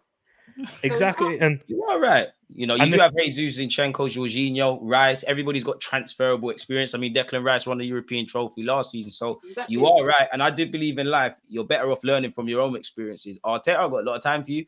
I think it's been embarrassing in the Europa League. It was embarrassing against Sporting Lisbon over 2 legs. Embarrassing against Villarreal. I'm sure we went out to Olympiacos and there might have been another one. Olympiacos, Jesus. Exactly. And it's all kind of effed in the first legs, whether it's home or away. So if I feel that way about the Europa's here, Champs is up there. So these are the things I want to see arrested. And there is a lot of transferable experience. And as you kind of said with the league, you know, whether you're young or old, these players must have known how it felt when the league was mathematically impossible. That feeling of disappointment, like you got the pain of discipline in life and you got the pain of regret. Discipline hurts, but you could do something about it in the present moment. Regret, we can't go back in time. So I'm scared, man. But this is again with the Champions League, you can draw and win. Yeah, with the Premier League, you can't draw. Not now. You can't draw. A draw is as good as a defeat at this stage in the season. Now, that's why I believe in the Champions League. Yes, we need things to fall our way. Injuries in terms of players coming back when you're facing these big teams as well, in terms of their injury situation, and what they're chasing after in terms of, you know, Real Madrid. Yeah, Real Madrid. They're Real Madrid. It's a bit different with them. But Bayern Munich, the situation they're in their league, Tuchel has to win that. Tuchel. To be fair, we might be able to do something against them over 2 legs with Tommy Tuchel and Dyer and these lot, man. It could get Spursy over there, man. I'm seeing Man United shit 3 goals past them. Shit free. It's the more mentality thing, I believe, in the Champs than anything. Yeah, tactics. Yeah, no, it is. It's a mentality game with Champions League, because the idea of Champions League is the best team in the world wins. It's not, whoever can make it, make it. Like, if you believe you're the best, come. But then Chelsea, Chelsea's 2 Champions Leagues have come whilst they've been 4th and 5th. They were sweating, man. But they did believe, though, back to what Sammy said, they must have believed to some point, man. But the thing is, though, Chelsea players, they have that mentality because they're a successful team anyway. They will believe their own fault, like their own falseness. Like, they're like, oh, I'm good. I played for Chelsea. Like, it doesn't matter. The club's history on its own does enough. They got too many black guys now, but it's calm. The Liverpool game gives me confidence. That was guys. You know how much pressure was on us. Liverpool didn't have the pressure in that game. 100%. We know the headlines that are written. We know what's said about the manager. We know how content creators are going to react. Like, we know what the world is saying. The world thought we was going to eat an L, and rightly so to a degree, because Liverpool have had our number. So, and I think beyond any of that, we needed to prove that we could beat ourselves, that we could go onto that pitch, we're levels with them, we can have a game plan, react to any setbacks, and ultimately just win the game. Like, I feel one person that talks a lot of sense is actually Jorginho. When you actually listen to what he says in the pre-game press conferences and stuff, he's actually saying this. So I hope everybody's really and truly taking in. And we know we've got more of a bit of fight and desire and hunger and street smartness and a never say never attitude. But we'll have to see, man. Champions League's a different ball game, and Porto is... I mean, last Portuguese team played. We'll be there. We'll be there. I hope you're right, Sammy. But you We'll also be said there. Martinelli weren't good, so I don't know, man. If we can take you in like that. Disclaimer for as I said, I dare anyone to find any information that I'm gonna go into the archives, man. I'm gonna go into the archives. Go I'm gonna go into the archives. Go and find it. Because you're not gonna find anything. I tried to tell the world about Martinelli when his form was there, man. People were telling me Trossard should be starting ahead of him. There's levels. Pick up Trossard. But there's serious levels. That Trossard's good, but there's levels. But before I let you lot go on. Anyways, before I let you lot go, West Ham on the weekend. Yeah. How you lot feeling about West Ham, man? They've had our number. 2 games, 2 L's from us. We're beating them. You've got to go. You got to step into with confidence now. Yeah. Come on, yeah, it's a must win. It is definitely a must win. But off the back of that, Arsenal fans, we do have to feel the confidence going into it in this team. I'm sure a lot of us doubted us to have the capability to beat Liverpool. I predicted 3-1 in my watch along. Hey, now fair play. I'm out of it. I predicted a draw.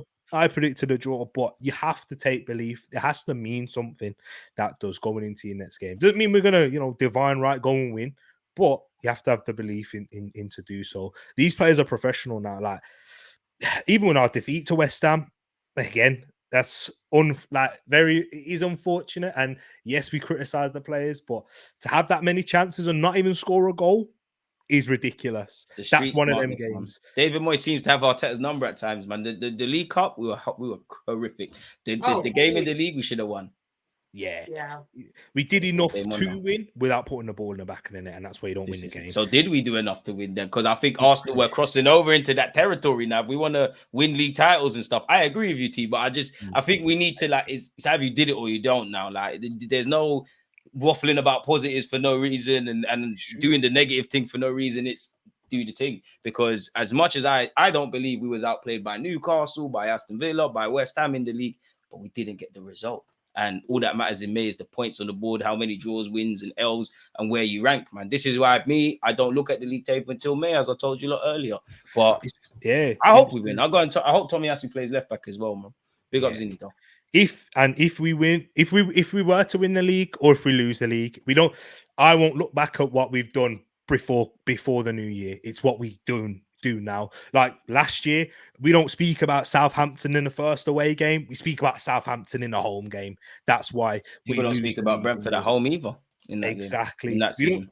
That's it, because we think about these are the business ends, this is the running, this is where we need to do it. So we need to beat West Ham. Continue that run. I need us to go on a run until we face City, to be honest, guys. Like, when is that? No, we need to be on a run till international break, if I'm being honest. For what? Till March? City's after that. City's after that. So I think you're right. We've got no choice, really, then. Yeah, I think you're right, S. Like, we need to go on a run until the international break. Newcastle, Sheffield United, Brentford, then Porto again. Then you've got Chelsea. That Chelsea game could be moved depending on what happens against Aston Villa. And then it's the big one. There. But these games are coming thick and fast. And as Arteta said, we've got one of the finished squads. And on paper, it's one thing, as you both know, on in real life, in football, we don't know what the dynamics are being said. So I literally think I can't process all of this, and definitely City. That's my priority. And then that, because we're getting to that stage now where these kind of teams that are fighting for their lives, whether they get relegated or not, they're going to start pulling off some shockers. But in an ideal world, we have to take maximum points until City. And that's it. And City will look to go on a run. Whether they've got a difficult March, if they manage to work their way through that, then boy, fair play to them. I hope they stay in the FA Cup as long as possible as well, man. Because same in Liverpool. Yeah. Need them. We need them all to play games. Liverpool obviously got the cup final. I'll be cheering them on because they're playing Chelsea. But we're in 2 competitions now. Like, obviously, it's a game a week, 2 games a week tops, 3 games every 10 days.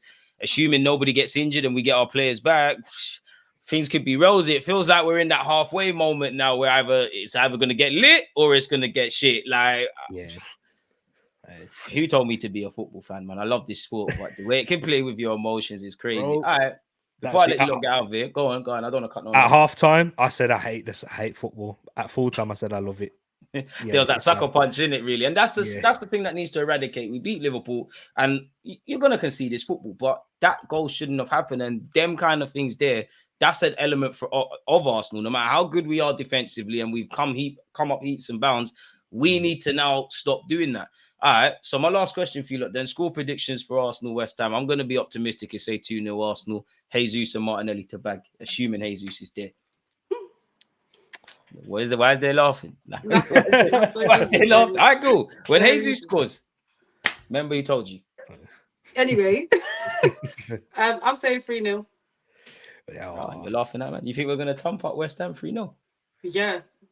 I was gonna go 3-0. I'm gonna change that. Yeah. Oh, Bob, you lot are bot talking. Bob, you lot slightly get gas when Arsenal do a madness, isn't it? You lot are slide them over positive Arsenal. It's not even that. It's not even that. It's the fact that we lost twice to this team, and Rice came from West Ham. You think that guy's happy about it? No, we got to do David something. Moyes, Arteta's old gaffer as well. He might have one over him, man. They need. This is enough for a win. We lost twice. Nah, this is not going to happen again. I'm shook because, again, I like Zinchenko, but Zinchenko up against Kudus doesn't fill me with any joy. I need Tomiyasu to play left back. Like, Zini did all right against Liverpool, but this is where I need the Tomiyasus and people of that ilk. And I mean, it's likely that Zini starts and then Tomiyasu will come on for him at half time. So I'm not even sure if Zini's going to be fit, guys. This is it as well. Like, yeah, you're right. Like, we don't even know if Zini's about. It all depends how he's recovered. I'm sure he's having his scan. What is Tuesday today? The club probably know. Yeah, they probably know now how the extent of the injury. But that's another guy that's got to go somewhere. Again, I don't think we'll sell him. I don't mind Zini as a third choice. That's harsh, man. Zini can bake off in the squad, man. Just certain games. He could be a squad in the squad. What, you don't rate Zini?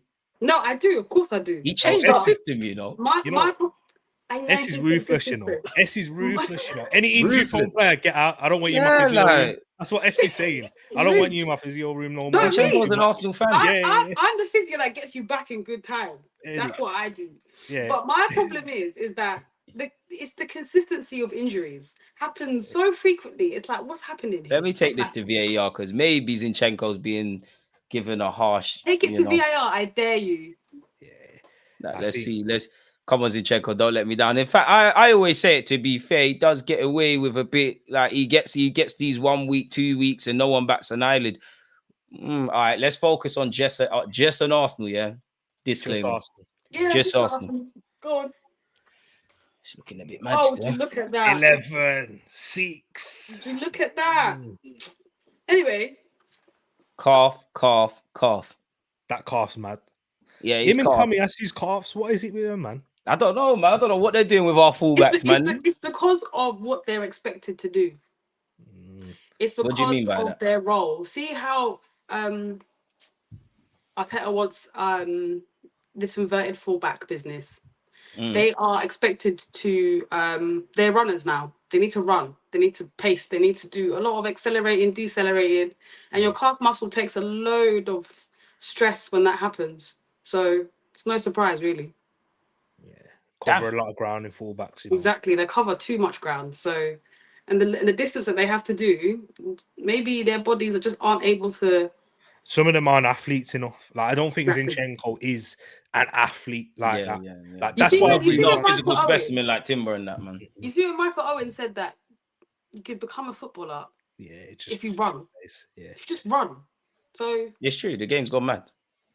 But yeah.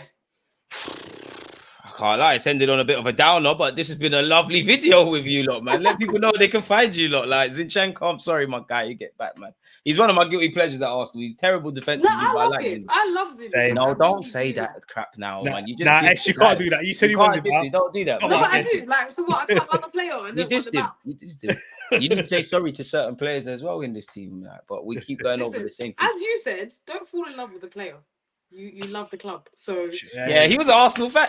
Listen, I love fullbacks. I'm a Sunday League fullback. Yeah, we're all failed wingers and central midfielders and strikers. So when I see a Killy, I'm gonna be shameless. Like apart from Kirill, shout to him though, man. He's poor Kivio, man. Where's the strafe? I don't know where this hate comes from. I like Kirill, but he's not what he saying. needs to do. Nah, you do the S now. I like Kivio. No, you don't. Take it back. You might rate Kirill. Like, I rate Kirill. We can see the receipts. Like I always say, give Kirill time. It's just you don't look like you've got that real confidence that you truly believe. He's a pure centre back. That's why.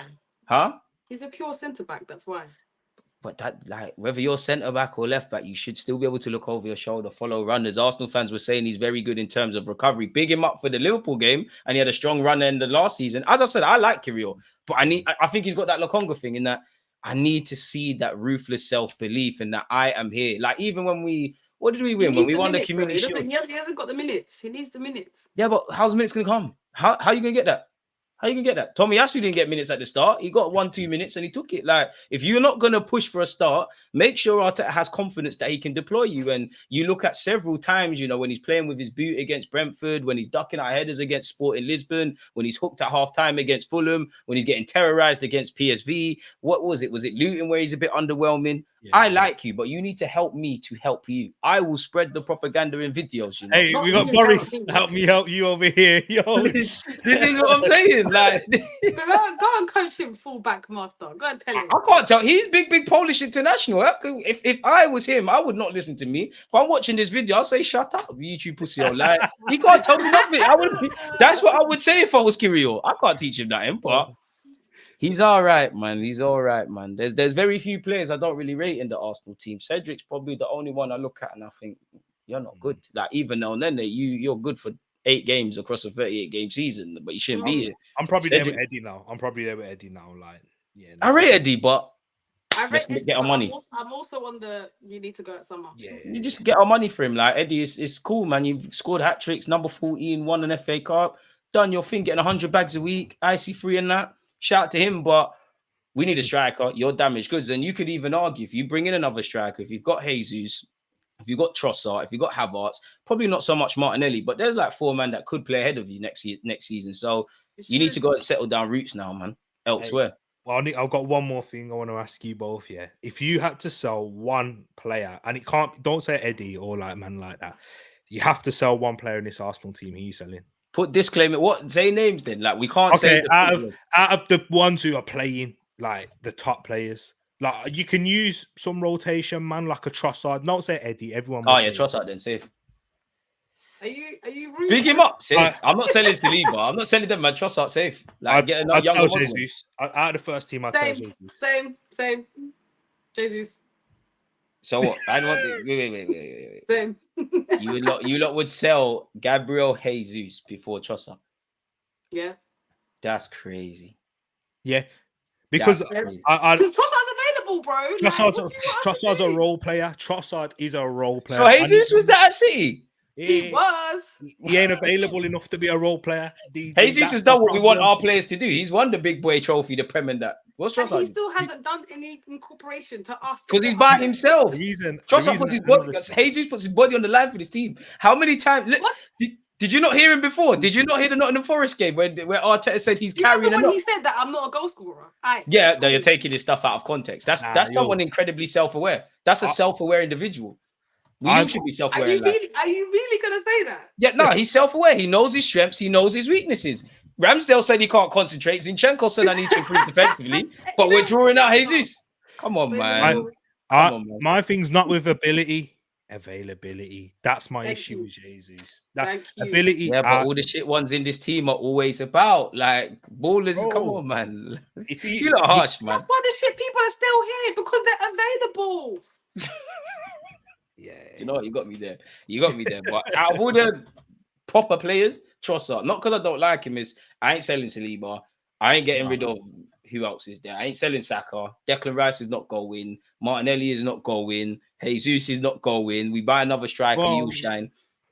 Trossard is where it is. Like, if I can get out of it and say Havertz, cool. But like Trossard is where it is. Half the Hale boys could go apart from Smith Rowe and even him. If I ask Arteta to be ruthless, then to be honest, Smith Rowe and Ketty and Nelson, It's not looking good, man. It's not looking good. But I'd say Trossard, Sammy. Who's yours? Oh, wait, you lot done the Jesus thing. All right, you can't say Jesus. Who, both of you. You can't say Jesus. No, Who else? no, that's not the rule. Oh, okay. No, all right. We know you lot. First thing is Guys, Jesus. Say the next one. Thank you so much. All right, Gabriel Jesus. I promise you, they're gonna be breading you when you're back. You know, listen, Gabriel Jesus. You're not gonna. I'm gonna say it, you're not gonna get injured from now to from the point of you returning to next season. There's no more injuries. You know what? Amen. I want to hear that. If because that I would love happens, to see DG, Yes. I'm seeing you at the parade. I'm buying you whatever you want, whatever drink. Hey, make sure you got the Henny in that, man. Exactly. Oh, just hit me up. They tell me if that happens, Jesus, when he comes back, stays fit. Because we're winning something if that happens. All right, and I just want you lot to know, don't celebrate it when he does get a brace against West Ham. Don't celebrate. Don't celebrate. Certain people got something against Brazilian players. First it was Martinelli, and it's Jesus. No one said anything about Martinelli for the 500th time. Speak. Yes, you got to be careful, because I've seen DG on Twitter recently. He'll I have been trolling the hell out of Liverpool. You know what's funny? Let him find it. When I find it, I'm bringing.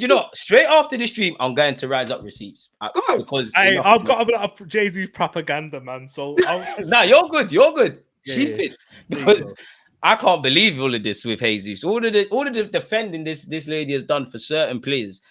And Jesus is getting hung out to dry, man. But he's not getting hung out to dry. As I said, it's not about the You quality. said you would it's sell about him. Availability for the You said you would sell him. Yeah, because of his lack of availability. Okay, but if he's back for the end of the remaining end of the season, what? Jesus is a Spartan, man. He will be here. He will be here. He will be here. He will be here against Porto. He will be here against West Ham. At the end of the day, I want to be proven wrong. Okay? Yeah. I want to be proven wrong. If Jesus stays fit to the end of the season, that's fantastic. Not only for Arsenal, but for the fans. God's watching, man.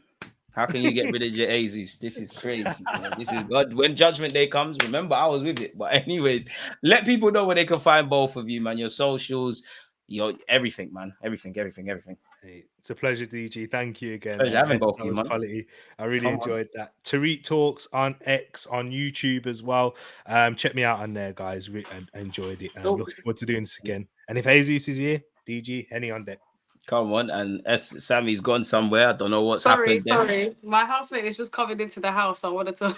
Yeah, no. Let people know where they can find you. So what's it called? Find me on Gold Diggers. Don't be shy now, man. Miss Physio and all of these things. Just thank you. That's my Twitter. There. Where is it? There. Yeah, I don't talk about football, innit? I don't talk about these players. This propaganda about Martinelli and Jesus. I don't talk. But anyway, yeah, find me on Gold Diggers UK. Big up Gold Diggers as well. She's interviewing, what was it, Mo Farah and all of these crazy people. I'm surprised she has time for us commoners on YouTube. But yeah, people, all their infos are in the description. Let them get out of here. And when Jesus gets a brace, we will reconvene this conversation. But you two, God bless you both. Appreciative for you lot giving up your evening with the guy. So yeah, people, comment, like, subscribe. Let us know your thoughts and everything. Safe. I don't know why that bubble thing keeps coming up. Why does that keep coming up? The first time I aired it, I didn't know where it was. I thought, whoa, was it me? Did I press it? It's not me. I think you put your hands up or something. Are you on your MacBook? No. You don't do anything with me. Yeah, I don't know what's going on. Sorry about the bubbles, but balloons or whatever. It's mine. On that note, people, safe. There's always just that attacking red flag, defending. I think it's like